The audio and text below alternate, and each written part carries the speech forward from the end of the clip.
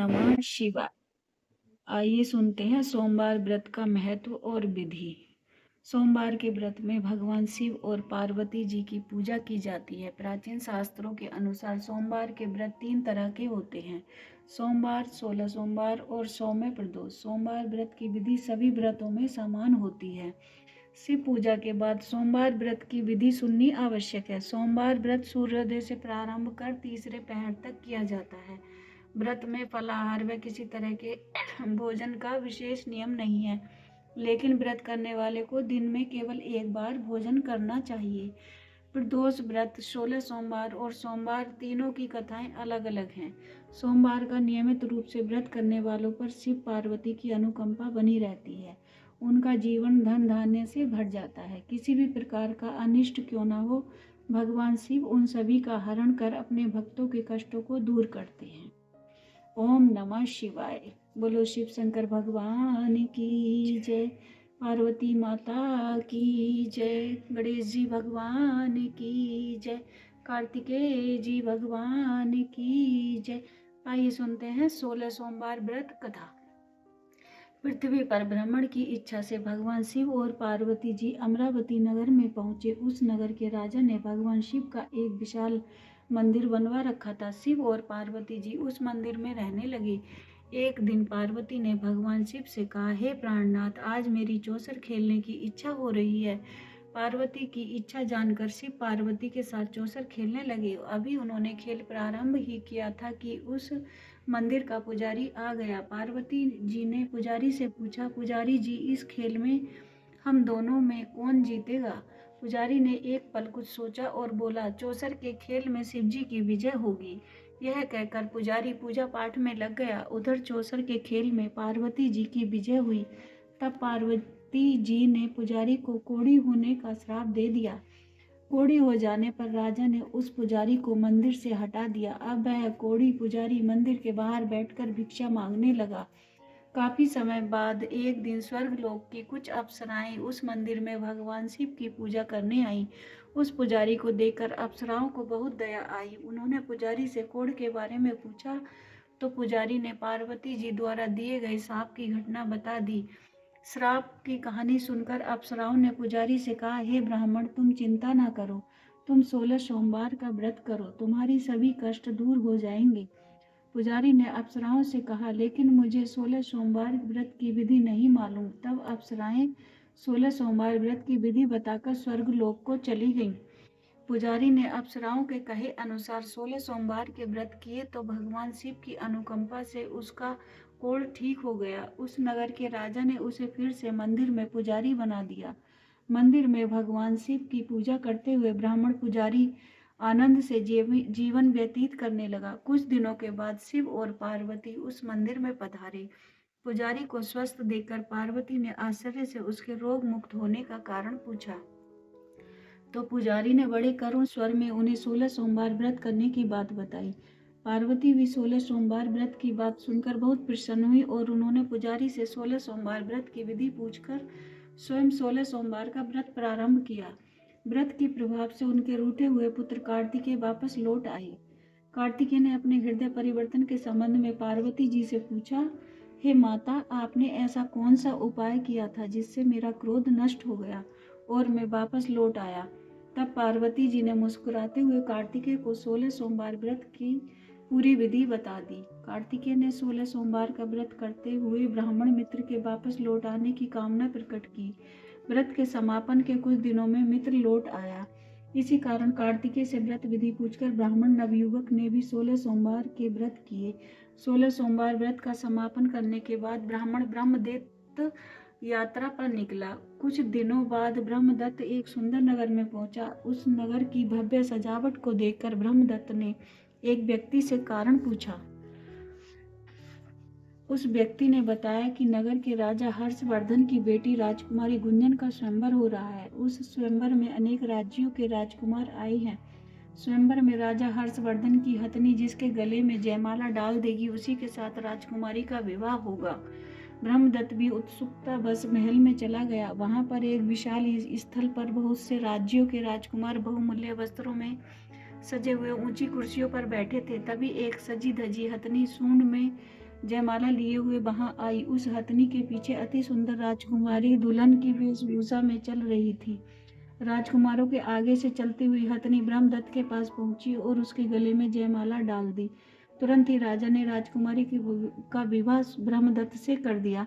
16 सोमवार के व्रत के प्रभाव से ब्रह्मदत्त का भाग्य बदल गया। एक दिन राजकुमारी ने ब्रह्मदत्त से पूछा, हे प्राणनाथ, आपने कौन सा शुभ कार्य किया था जो उस हथनी ने राजकुमारों को छोड़कर आपके गले में जयमाला डाल दी? ब्रह्मदत्त ने मुस्कुराते हुए 16 सोमवार की सारी कहानी सुना दी। अपने पति से 16 सोमवार का महात्म्य जानकर राजकुमारी ने भी 16 सोमवार का व्रत किया। भगवान शिव की कृपा से राजकुमारी के एक सुंदर पुत्र उत्पन्न हुआ। दोनों पति पत्नी सुंदर पुत्र को पाकर अति प्रसन्न हुए। जब पुत्र 9 वर्ष का हुआ तो उसने अपनी माँ से एक दिन सवाल किया, माँ, तुमने ऐसा कौन सा पुण्य कार्य किया था जो मैंने तुम्हारे घर जन्म लिया? गुंजन ने हंसते हुए बताया, बेटे, मैंने 16 सोमवार का व्रत किया था, सो भगवान शिव की अनुकंपा से मुझे तुम्हारे जैसा सुंदर एवं गुणी पुत्र की प्राप्ति हुई है। अपनी माता से 16 सोमवार व्रत का महत्व जानकर उस पुत्र ने भी व्रत करने का संकल्प किया। माता पिता ने अपने पुत्र का नाम गोविंद रखा था। जब गोविंद 16 वर्ष का हुआ तो उसने राज्य पाने की इच्छा से 16 सोमवार का विधिवत व्रत किया। व्रत समापन के बाद गोविंद घूमने के लिए समीप के नगर में गया। उस नगर के राजा के महामंत्री राजकुमारी के विवाह के लिए सुयोग्य वर की तलाश में निकले थे। उसने गोविंद को देखा तो अति प्रसन्न हुए। महामंत्री गोविंद को अपने साथ महल में लिवा लाए। वृद्ध राजा ने गोविंद को पसंद कर लिया और बहुत धूमधाम से राजकुमारी का विवाह उसके साथ कर दिया। 16 सोमवार के व्रत करने से गोविंद महल में पहुंचकर आनंद से रहने लगा। 3 साल बाद राजा का निधन हो गया तो गोविंद को उस नगर का राजा बना दिया गया। राजा बनने के बाद भी गोविंद विधिवत 16 सोमवार का व्रत करता रहा। व्रत के समापन पर 17वें सोमवार को गोविंद ने अपनी पत्नी से कहा कि व्रत की सारी सामग्री लेकर वह नजदीक के शिव मंदिर में पहुंचे, लेकिन उसकी पत्नी ने पति की बात की परवाह न करते हुए नौकरों द्वारा पूजा की सामग्री मंदिर में भेज दी और स्वयं मंदिर नहीं गई। जब गोविंद ने भगवान शिव की पूजा समाप्त की तो आकाशवाणी हुई, हे राजन, तेरी रानी मंगला ने 16 सोमवार व्रत का अनादर किया है। इस नगरी को महल से निकाल दे, इस रानी को महल से निकाल दे, नहीं तो तेरा वैभव समाप्त हो जाएगा, तू निर्धन हो जाएगा। आकाशवाणी को सुनकर गोविंद बुरी तरह चौंक पड़ा। उसने तुरंत महल में जाकर अपने सैनिकों को आदेश दिया कि रानी मंगला को बंदी बनाकर लाओ और इसे किसी नगर में छोड़ आओ। सैनिक मंगला को समीप के नगर में छोड़ आए। महलों की रानी भूखी प्यासी उस नगर में भटकती हुई एक तेली के घर पहुंची। उस तेली ने तरस खाकर मंगला को घर में रहने के लिए कह दिया, लेकिन तभी भगवान शिव के प्रकोप से तेली के तेल से भरे मटके एक एक करके फूटने लगे। तेली ने मंगला को मनहूस जानकर घर से निकाल दिया। दोपहर की धूप से परेशान होकर रानी एक पेड़ की छाया में बैठकर कुछ देर आराम करना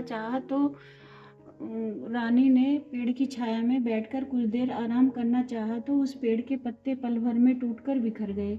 रानी दूसरे पेड़ के नीचे जाकर बैठी तो उस पेड़ के पत्ते भी टूट टूट कर गिर गए। यह देखकर वहां पर गायों को चराते ग्वाले बहुत हैरान हुए। ग्वाले मनहूस रानी को पकड़कर समीप के मंदिर में पुजारी जी के पास ले गए।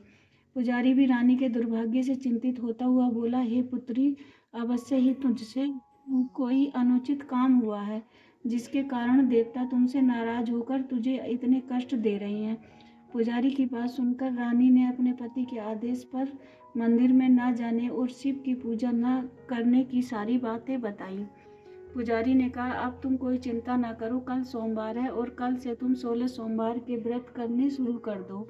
भगवान शिव अवश्य तुम्हारे दोषों को क्षमा करके तुम्हारे भाग्य को बदल देंगे। पुजारी की बात मानकर रानी ने 16 सोमवार के व्रत प्रारंभ कर दिए। जब रानी ने 17वें सोमवार को विधिवत व्रत का समापन किया तो उधर उसके पति गोविंद के मन में रानी की याद आई। राजा गोविंद स्वयं उस मंदिर में पुजारी के पास पहुंचा और रानी को महल में ले गया।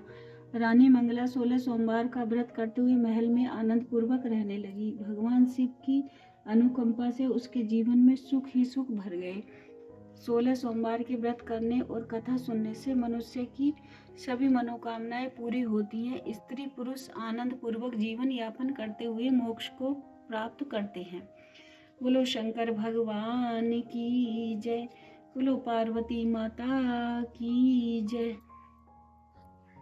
ओम जय शिव ओंकारा स्वामी हरि शिव ओंकारा ब्रह्मा विष्णु सदा शिव अर्धांगी धारा। ओम जय शिव ओंकारा एकानन चतुरानन पंचानन राजी हंसासन गरुणासन वृषवाहन साजी। ओम जय शिव ओंकारा दो भुज चार चतुर्भुज 10 भुज शिव सोहे तीनों रूप निरखते तिरुवन जन मोहि। ओम जय शिव ओंकारा अक्षमाला वनमाला मुंडमाला धारी चंदन मृग मद सोहे बोले शुभकारी। ओम जय शिव ओंकारा श्वेतांबर पीतांबर बागंबर अंगे सनकादिक ब्रह्मादिक भूतादिक संगे। ओम जय शिव ओंकारा कर के मध्य कमंडल चक्र त्रिशूल धरता सुख करता दुख हरता जग पालन करता। ओम जय शिव ओंकारा ब्रह्मा विष्णु सदा शिव जानते अविवेका प्राणिवाक्षर के मध्य ये तीनों एका। ओम जय शिव ओंकारा त्रिगुण शिव जी की आरती जो कोई जन गावे कहत शिवानंद स्वामी मनवांचित फल पावे। ओम जय शिव ओंकारा। बोलो शंकर भगवान की जय। पार्वती माता की जय। हर हर हर महादेव।